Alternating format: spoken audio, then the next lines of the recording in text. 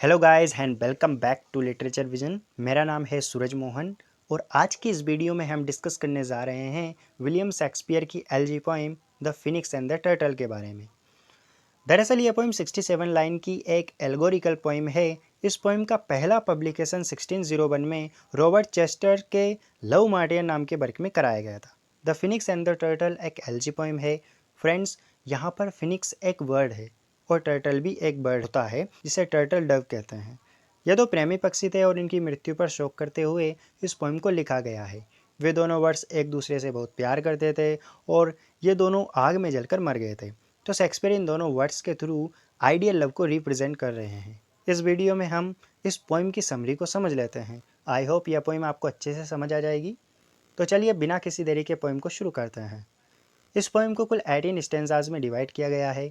Stanza number first से लेकर 5th तक, जिसमें फिनिक्स और टर्टल के फ्यूनरल पर कुछ वर्ड्स को बुलाया जाता है और कुछ को नहीं बुलाया जाता है। जैसे सबसे ऊंची आवाज़ वाले पक्षियों को तो बुलाया जाता है, लेकिन स्क्रीच आउल, जिन पक्षियों की आवाज़ बहुत भद्दी होती है जैसे कि भद्दी आवाज़ करने वाला उल्लू, इनको नहीं बुलाया जाता। और न ही ऐसे वर्ड्स को बुलाया जाता है जो कि बहुत हिंसक स्वभाव के होते हैं। हिंसक बर्ड्स में मात्र एक ही बर्ड को बुलाया जाता है, वो है ईगल, क्योंकि ईगल को सभी पक्षियों का राजा माना जाता है। इसलिए हिंसक बर्ड्स में केवल ईगल को ही इनवाइट किया जाता है। आगे बर्ड्स की लिस्ट में स्वान यानी कि हंस को भी फ्यूनरल में इनवाइट किया जाता है, क्योंकि वह सफ़ेद रंग का है और सफ़ेद रंग को देखकर ऐसा प्रतीत होता है जैसे कि वह एक प्रीस्ट हो, एक पादरी हो। और उसके बाद कोए को भी फ्यूनरल में इनवाइट किया जाता है, क्योंकि जो उसका काला रंग है और उसके काले पंख शोक के प्रतीक माने जाते हैं। और ऐसा माना जाता है कि कोआ बहुत लंबे समय तक जीवित रहता है और वह अपनी सांसों के थ्रू प्रजनन की क्रिया कर लेता है। और इस तरह से पोइम के स्टेंजा नंबर 1 से लेकर 5 तक में वर्ड्स को इनवाइट किया जाता है कि फिनिक्स और टर्टल के फ्यूनरल में कौन कौन आएगा। तो जिसमें से सबसे ऊंची आवाज़ वाले पक्षियों को तो बुलाया जाता है, लेकिन ऊंची आवाज़ में स्क्रीच आउल को नहीं बुलाया जाता है, क्योंकि उसकी आवाज़ बहुत भद्दी है। और न ही ऐसे बर्ड्स को बुलाया जाता है जो बहुत ही हिंसक स्वभाव के हैं। हिंसक बर्ड्स में केवल ईगल को बुलाया जाता है, क्योंकि वह चिड़ियों का राजा माना जाता है। फिर स्वान को बुलाया जाता है और क्रो को भी इनवाइट किया जाता है।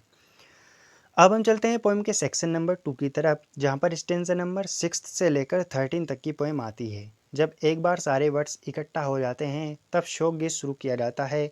तो जो सेकंड सेक्शन है उसमें फिनिक्स और टर्टल के प्रेम का वर्णन किया जाता है। पोएम में आगे बताया जा रहा है कि दोनों वर्ड्स अब मर चुके हैं और उनके मरने का कारण यही है कि वे दोनों फिनिक्स की आग में जलकर मर गए।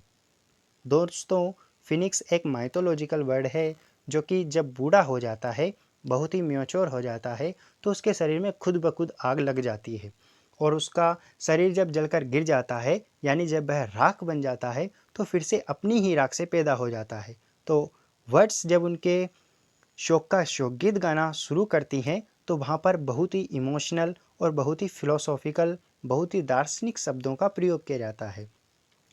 और कई बार बहुत सी ऐसे बातें बोली जाती है जो एक दूसरे का बहुत ही विरोध करती हैं। जैसे फिनिक्स और टर्टल वैसे तो दो वर्ड्स हैं, लेकिन दोनों प्रेम में एक हो चुके हैं, यानी दोनों के शरीर तो दो हैं लेकिन उनके बीच तनिक भी दूरी नहीं है। वे भले ही दूर रहते थे लेकिन वे हमेशा एक बनकर रहे हैं। आगे पोइम में प्रॉपर्टी यानी कि वर्च्यू और रीज़न यानी कि लॉजिक, इन दोनों को पर्सोनिफाई किया गया है। अर्थात यहाँ पर figure of speech personification use किया गया है। दोस्तों, प्रॉपर्टी का मतलब होता है वर्च्यू यानी कि गुण और रीज़न का मतलब होता है लॉजिक यानी कि तर्क। तो इन दोनों को इंसान के रूप में माना गया है। और आगे पोइम में जो रीज़न है, जो लॉजिक है, वो यह बात कहता है कि जो फिनिक्स और टर्टल है, इनके प्यार से मैं बहुत कंफ्यूज हो गया हूँ। और वो कहता है कि अगर इतना मिस्टिकल, इतना रहस्यमय प्यार पॉसिबल है तो मैं यह भी मानूंगा कि प्यार तर्क से ज़्यादा महान है। और इतना कहकर तर्क भी उनके फ्यूनरल में शोकगीत गाने लगता है। और उसके बाद आता है पोएम का स्टेंजा नंबर 14 से लेकर 18 तक, यानी कि सेक्शन नंबर 3, लास्ट सेक्शन, जहाँ पे रीज़न कहता है जो फिनिक्स और टर्टल की राख है उसमें ब्यूटी, ट्रूथ और रेरिटी यानी दुर्बलता और ग्रेस यानी कि दया मिली हुई है। यानी कि उनकी बची हुई राख है उसमें खूबसूरती है, सत्य है, दुर्बलता है और दया है। ये सारी चीज़ें उन्होंने अपने जीवन में प्रस्तुत की, लेकिन अब वो मर चुके हैं।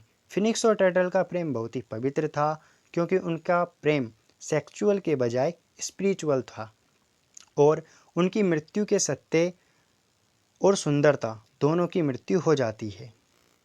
पोएम के अंत में जो रीज़न है यानी कि लॉजिक, ऐसे व्यक्ति का, ऐसे जीव का आह्वान करता है जिसके अंदर सत्य और सुंदरता दोनों का गुण हो, ताकि वह जीव जिसके अंदर सुंदरता और सत्यता दोनों के गुण हैं, वह फिनिक्स और टर्टल की राख से भरे कलश को थामे और उनके लिए प्रार्थना करे।